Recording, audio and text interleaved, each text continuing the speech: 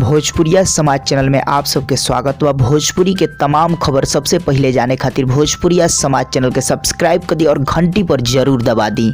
जय भोजपुरिया समाज। जी हाँ भैया, अभी के रिपोर्ट में आप सबके बीच भोजपुरी के पावर स्टार पवन सिंह के एक नया फिल्म के बारे में खास तौर पे हम बतावल बनी, जौना फिल्म के कल मुहूर्त होके जा रहा बा। जी अब एक कल नया फिल्म के मुहूर्त होके वाला बाटे और भैया परसों से ये फिल्म के शूटिंग भी स्टार्ट हो जाए। जी हाँ भैया, जान अगर लीड रोल के बात कर जाए तो पावर स्टार पवन सिंह बने, जौन फिल्म एकदम पारिवारिक और सामाजिक बाटे। जी हाँ भैया, खास तौर पे बता दी फिल्म बहुत जबरदस्त बाटे और आप सबके इसे भी पता बा पवन सिंह आजकल जौन भी फिल्म के साइन कर रहा बने, काफी वो फिल्म के बारीकी से देखत ने, समझत ने, कहानी सुनत ने, ओकरा बाद ही फिल्म के साइन कर रहा बने। जी हाँ भैया, एक बहुत ही अलग तरह के फिल्म और अलग लेवल के रहता तबे फिल्म के साइन करतन। जी हाँ भैया, एक और नया फिल्म के पवन सिंह कुछ दिन पहले ही साइन केने, जौन फिल्म के नाम बा स्वाभिमान। जी हाँ भैया, वह स्वाभिमान फिल्म जौन के ऐसे 10-15 रोज पहले ही अनाउंसमेंट भइल कि पवन सिंह के स्वाभिमान फिल्म बहुत जल्द शूटिंग हुई। तो वह फिल्म के भैया